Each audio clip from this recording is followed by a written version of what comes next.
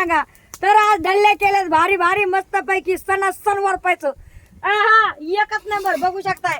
आणि काय भाजी झालेल्या तुमच्या काय ढाब्याला करताय आणि काय तुमचं हॉटेल सगळं फीक आहे आमच्या पुढं. काय सगळं फीक आहे समजलं काय. नाद करते काय नादच करायचा नाही आपला. नाद करायचा नाही आपला नाद करायचा नाही नाही नाही. आज मस्त पैकी भाजी बनवली आहे चिकनची आणि कोणापेक्षा कमी नाहीत आपण. काय एकच नंबर आपला नाद आहे. सगळ्यापेक्षा भारी. तर या मस्त पैकी मटण खायला कल्ल्या खायला या भाजी करायला.